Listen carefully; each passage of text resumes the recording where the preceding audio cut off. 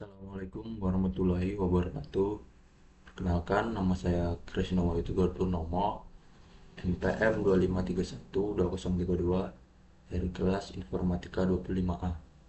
Di sini saya akan mempresentasikan tugas akhir mata kuliah statistika dengan judul distribusi frekuensi, konsep langkah penyusunan, dan penerapan dalam analisis data. Selanjutnya, di sini ada agenda presentasi. Yang pertama, pendahuluan diikuti dengan latar belakang masalah dan tujuan penelitian. Yang kedua, konsep dasar, pengertian dan jenis distribusi frekuensi. Yang ketiga, metode dan langkah penyusunan, aturan Sturges dan prosedur 6 langkah. Yang keempat, hasil dan pembahasan studi kasus 40 data nilai mahasiswa. Yang kelima, kesimpulan, itu temuan utama dan rekomendasi. Selanjutnya, pendahuluan, latar belakang. Era modern menghasilkan data dalam jumlah yang sangat besar di berbagai bidang. Data mentah yang tidak terstruktur, sulit dipahami dan dimanfaatkan secara optimal. Dibutuhkan metode untuk mengorganisasi data mentah menjadi informasi yang bermakna. Banyak mahasiswa dan peneliti pemula masih kesulitan menyusun distribusi frekuensi yang dengan benar. Selanjutnya, tujuan penelitian. Yang pertama, menjelaskan konsep dan jenis-jenis distribusi frekuensi secara komprehensif. Yang kedua, menguraikan prosedur penyusunan tabel distribusi frekuensi langkah demi langkah. Yang ketiga, mendeskripsikan secara menghitung frekuensi relatif dan frekuensi kumulatif. Dan terakhir, memberikan pemahaman praktis tentang pemanfaatan distribusi frekuensi dalam analisis data kuantitatif. Selanjutnya ada konsep dasar distribusi frekuensi. Distribusi frekuensi adalah teknik penyajian data yang mengelompokkan nilai-nilai pengamatan ke dalam sejumlah kelas atau kategori tertentu, disertai pencatatan beberapa kali setiap nilai atau kelompok nilai tersebut muncul dalam kumpulan data. Selanjutnya ada distribusi frekuensi tunggal, yaitu digunakan untuk data diskret dengan nilai berbeda relatif sedikit. Setiap nilai unik dicatat beserta frekuensinya secara terpisah. Selanjutnya ada distribusi frekuensi berkelompok, yaitu digunakan untuk data kontinu dan atau diskret dengan rentang nilai besar. Data dikelompokkan dalam interval kelas yang sama lebar. Di sini ada contoh distribusi frekuensi tunggal. Itu jumlah mahasiswa per IPK bulat, yaitu 3,35 tahun 4. Di sini ada contoh distribusi frekuensi berkelompok. Itu nilai ujian seperti 50 sampai 57, 58 sampai 65, dan yang terakhir 66 sampai 73, dan seterusnya.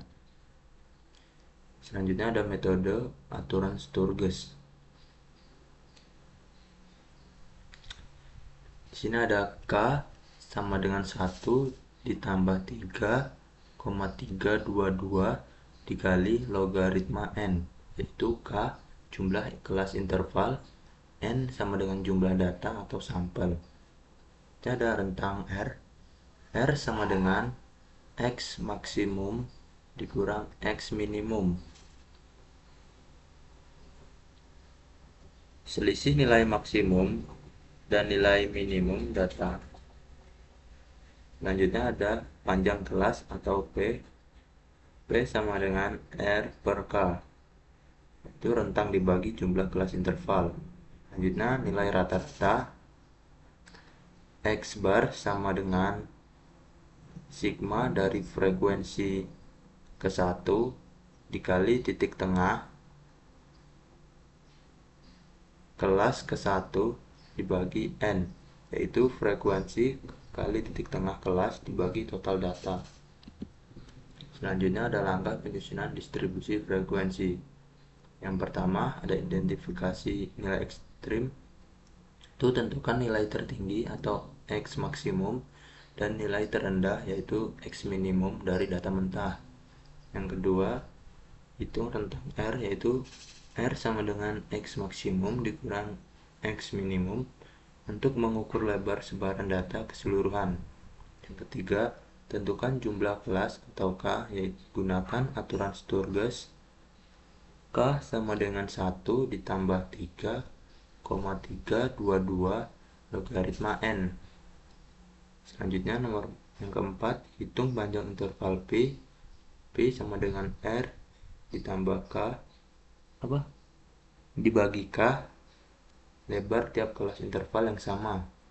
Yang kelima, tetapkan batas kelas mulai dari X minimum ditambahkan P secara berurutan untuk tiap kelas. Terakhir, tabulasi data atau turus. Masukkan tiap data ke kelas yang sesuai untuk hitung frekuensi absolut.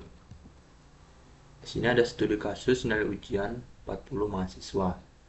Di sini kalkulasi matematis N di situ adalah sama dengan 40 mahasiswa, X maksimum sama dengan 98, X minimum sama dengan 50, R sama dengan 98 dikurang 50 yang hasilnya 48, K adalah 1 ditambah 3,322 dikali logaritma 40 sama dengan 1 ditambah 3,322 dikali 1,602 sama dengan 6,32, yaitu K dibulatkan menjadi 6 kelas.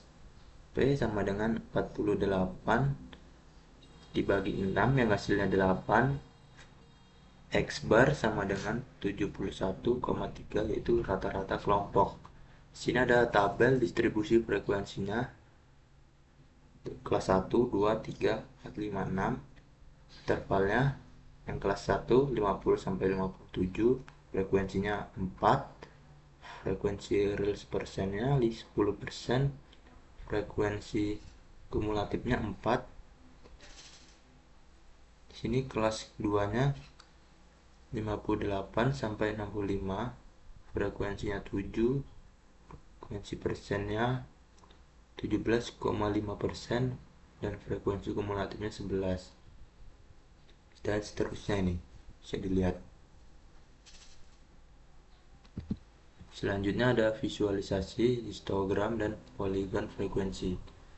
Ini adalah gambaran histogram nilai ujiannya dari 50 sampai 57, 58 sampai 65, 66 sampai 73, 74 sampai 81, 62 sampai 89, dan 90 sampai 98.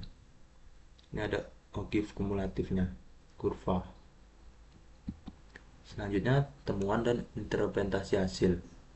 Di sini total datanya ada 40 nilai mahasiswa dan kelas interval hasil Sturgesnya 6 dan nilai rata-rata kategori standarnya 71,3 dan modus kelas 66 sampai 73-nya ada 35%.